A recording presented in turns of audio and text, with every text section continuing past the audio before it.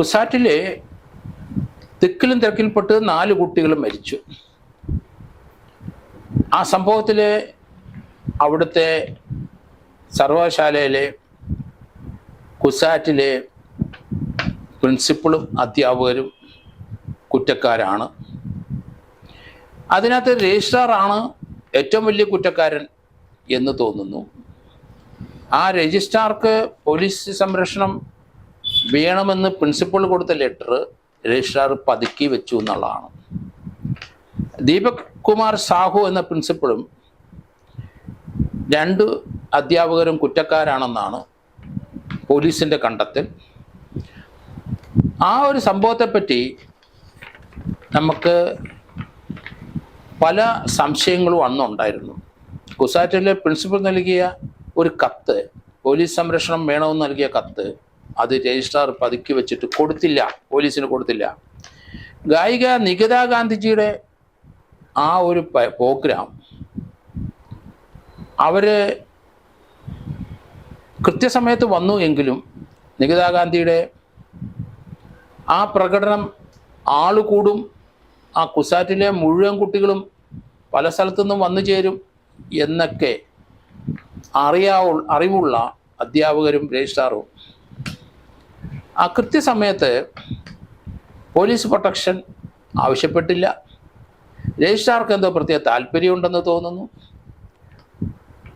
അത്രയും വലിയൊരു fest നടക്കുമ്പം police കൃത്യമായിട്ട് വേണം. 6500ഓളം കുട്ടികൾ പഠിക്കുന്നതാണ് കുസാറ്റിൽ. ഇവിടുത്തെ സംഭവം നടന്ന സ്ഥലത്ത് ഏകദേശം ഒരു ഹാള്, മാക്സിമം 2000 കുട്ടികൾക്ക് ചിലപ്പം ആ ഹാളിൽ തിക്കി ഇരിക്കാം. പക്ഷേ 6000 കുട്ടികൾ വെളിയിൽ വന്നു എന്നാണ് മനസ്സിലാക്കുന്നത്. എന്തായാലും സിൻഡിക്കേറ്റിൻ്റെ ഉപസമിതി അന്വേഷിക്കുന്നു, പോലീസ് അന്വേഷിക്കുന്നു. 4 കുട്ടികൾ അവിടെ മരണപ്പെട്ടു.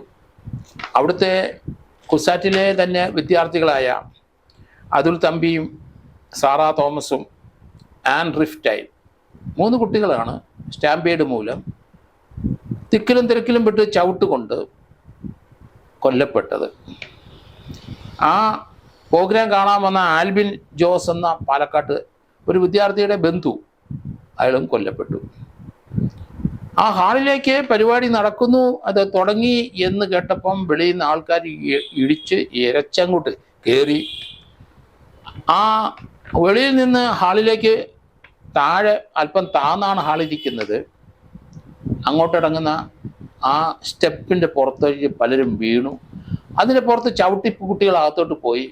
4 കുട്ടികൾ കൊല്ലപ്പെട്ടു. പക്ഷേ പോലീസ് ഇതിനെ വിവരം, സെക്യൂരിറ്റി വേണം, ഇങ്ങനെയുള്ള ആൾക്കൂട്ട സ്ഥലത്ത് പോലീസ് വേണം, റെഗുലേറ്റ് ചെയ്യണം. അതിന് പോലീസിൻ്റെ റിക്വസ്റ്റ് അല്ലെങ്കിൽ പോലീസിന് കൊടുത്ത റിക്വസ്റ്റ്, പ്രിൻസിപ്പൾ കൊടുത്ത റിക്വസ്റ്റ് രജിസ്ട്രാറെ ഏൽപ്പിച്ചു. രജിസ്ട്രാർ അത് രാഷ്ട്രീയ ഉദ്ദേശത്തോടെ ആയിരിക്കണം, പോലീസ് കുസാറ്റി വരണ്ട എന്ന് കരുതിയിട്ടായിരിക്കണം. അദ്ദേഹം അത് കൊടുത്തില്ല എന്നാണ് മനസ്സിലാക്കുന്നത്. അതിപ്പം കേരള ഹൈക്കോടതിയിലെ അതേപ്പറ്റി ജസ്റ്റിസ് ദേവൻ രാമേന്ദ്രൻ എന്തുകൊണ്ടാണ് ഈ ലെറ്റർ പോലീസിന് കൊടുക്കാത്തതെന്ന ചോദ്യം ഉന്നയിച്ചിരിക്കുന്നു.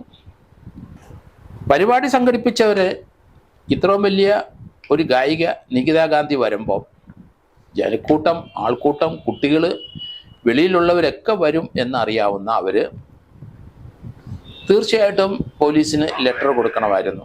അത് നടന്നില്ല. പക്ഷേ പോലീസ് ഇൻ്റലിജൻസ് മുഖേന ഇങ്ങനെ ഒരു പ്രോഗ്രാം നടക്കുന്നുണ്ട് എന്ന് അറിഞ്ഞതുകൊണ്ട് 6-7 പോലീസുകാരെ അയച്ചു കൊടുക്കുകയും ചെയ്തു. ഒരിക്കലും സംഭവിക്കാൻ പാടില്ലാത്തതാണ് അവിടെ നടന്നത്. 4 കുട്ടികളെ നഷ്ടപ്പെട്ടു നമുക്ക്. കേസ് ഹൈക്കോടതിയിലേക്ക് വന്നു. KSUവിൻ്റെ സംസ്ഥാന പ്രസിഡന്റ് ഹൈക്കോടതിയിലൊരു ഹർജി കൊടുത്തിരുന്നു. പ്രിൻസിപ്പൾ ദീപക് കുമാർ സാഹു മറ്റ് 2 അധ്യാപകരും മാത്രമല്ല, അതിൻ്റെ അകത്ത് രജിസ്ട്രാർക്കും റോളുണ്ട് എന്ന രീതിയിൽ തന്നെയാണ്. അതുകൊണ്ട് ഞങ്ങളെ ബലിയാടാക്കുകയായിരുന്നു ചെയ്തതെന്ന് പ്രിൻസിപ്പൽ ദീപക് കുമാർ സാഹു പറഞ്ഞു ഹൈക്കോടതി കൊടുത്ത അഫിഡവിറ്റിൽ. താൻ ഉൾപ്പെടെയുള്ള അധ്യാപകരെ ബലിയാടാക്കാനുള്ള ശ്രമമാണ് ഇപ്പോഴും നടക്കുന്നത്. അതിനകത്ത് സിൻഡിക്കേറ്റിൻ്റെ ഒരു ഉപസമിതി അന്വേഷിക്കുന്നുണ്ട്, പോലീസ് അന്വേഷണം നടക്കുന്നുണ്ട്. റാഷ നെഗ്ലിജന് 304A പ്രകാരം പോലീസ് കേസെടുത്തിരിക്കുകയാണ്. കേസ് സംസ്ഥാന പ്രസിഡന്റ് അലോഷ്യസ് സേവർ നൽകിയ പരാതിയിലെ ആ പ്രിൻസിപ്പൽ സാഹുവും മറ്റ് അധ്യാപകരും കക്ഷി ചേർന്നു. ജസ്റ്റിസ് ദേവൻ രാമേന്ദ്രൻ ഇന്ന് കൃത്യമായിട്ട് ചോദിച്ചു, ആ പോലീസിന് പ്രിൻസിപ്പൾ കൊടുക്കാൻ പറഞ്ഞ കത്ത് എന്തുകൊണ്ടാണ് രജിസ്ട്രാർ അത് കൊടുക്കാതിരുന്നത്? അത്ര നിരുത്തരവാദിത്തകരമായ രജിസ്ട്രാറാണ് ഒന്നാം പ്രതി എന്ന് എനിക്ക് തോന്നുന്നു. അതുകൊണ്ട് ആ തൃക്കാക്കര പോലീസ് രജിസ്റ്റർ ചെയ്ത 304A പ്രകാരമുള്ള കേസിനകത്ത് തീർച്ചയായിട്ടും ഒന്നാം പ്രതി സ്ഥാനത്ത് വരേണ്ട രജിസ്ട്രാറാണ്. അതിലേക്ക് ഇന്ന് വരെ രജിസ്ട്രാറുടെ പേര് വെളിയിലോട്ട് വന്നിട്ടില്ല. അദ്ദേഹമാണ് 21/7/2023 ഡോക്ടർ സാഹു, ദീപക് കുമാർ സാഹു കൊടുത്ത ലെറ്റർ കൊടുക്കാതെ ഇരുന്നുകൊണ്ടാണ് ഈ അപകടം വരുത്തി വെച്ചത്. അവിടെ പോലീസ് ഉണ്ടായിരുന്നെങ്കിൽ തീർച്ചയായിട്ടും ഈ തിക്കും തിരക്കും കണ്ടാൽ പോലീസ് ഇടപെടും, റെഗുലേറ്റ് ചെയ്യും കുട്ടികളെ. അതിനകത്ത് തിങ്ങി നിറഞ്ഞു കഴിഞ്ഞാൽ പിന്നെ കുട്ടികളെ കയറ്റത്തില്ല. ഇതൊക്കെ പറയാനായിട്ട് അധ്യാപകർ പറഞ്ഞാൽ കുട്ടികൾ വകവെക്കില്ല. ആ ഫെസ്റ്റിവൽ നടത്തിയിരുന്ന കുട്ടികളാണ്. പക്ഷേ ഒരു കോളേജിലും പ്രിൻസിപ്പളും ഇപ്പോഴത്തെ കുട്ടികളുടെ സംഘടനാ സ്വാതന്ത്ര്യം കൂടുതലാണ്, അധ്യാപകർക്ക് തല്ല് കിട്ടുന്നത്, അതൊന്നും പറഞ്ഞിട്ട് കാര്യമില്ല. അവരുടെ കൺട്രോളിൽ കിട്ടാത്ത കാര്യങ്ങൾ തീർച്ചയായിട്ടും പോലീസിനെ അറിയിച്ചിട്ട് പോലീസിൻ്റെ പ്രസൻസ് കൊണ്ടുവരണം. അതിവിടെ ഉണ്ടായില്ല. 4 കുട്ടികളെ നമുക്ക് നഷ്ടപ്പെട്ടു. 304A അനുസരിച്ച് കുറ്റം തന്നെയാണ് ഈ സംഘാടകരും അതുപോലെ ഈ കുട്ടികളുടെ ഭാഗത്തു നിന്നുള്ള സംഘാടകരും കോളേജ് അധികൃതരും നടത്തിയത്. കുട്ടികളായാലും ആരായാലും ശരി, അങ്ങനെയുള്ള നിരുത്തരവാദമായ പ്രായപൂർത്തിയായ കുട്ടികൾ കാണിച്ചിട്ടുണ്ടെങ്കിൽ അവരും പ്രതിസ്ഥാനത്തേക്ക് വരും. ആരാണിത് സംഘടിപ്പിച്ചത് അവരും പ്രതിസ്ഥാനത്ത് വരണം. ഒരു ദാക്ഷിണ്യമില്ലാതെ എത്രയും പെട്ടെന്ന് ഈ കേസിൻ്റെ അന്വേഷണം പൂർത്തിയാക്കി പോലീസ് കൊടുക്കണം. ഇതിന് ഒരു ജുഡീഷ്യൽ എൻക്വയറി വരുന്നെങ്കിൽ വന്നോട്ടെ. അതും ഈ ക്രിമിനൽ കേസുമായിട്ട് ബന്ധമൊന്നുമില്ല. ക്രിമിനൽ കേസ് പോലീസ് അന്വേഷണം എത്രയും പെട്ടെന്ന് പൂർത്തിയാക്കി ചാർജ് ഷീറ്റ് കൊടുക്കണം.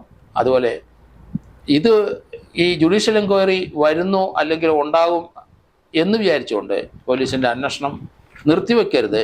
എത്രയും പെട്ടെന്ന് അന്വേഷണം പൂർത്തിയാക്കി അത് ചാർജ് ഷീറ്റ് കൊടുക്കണമെന്നാണ് എൻ്റെ വ്യക്തിപരമായ അഭിപ്രായം.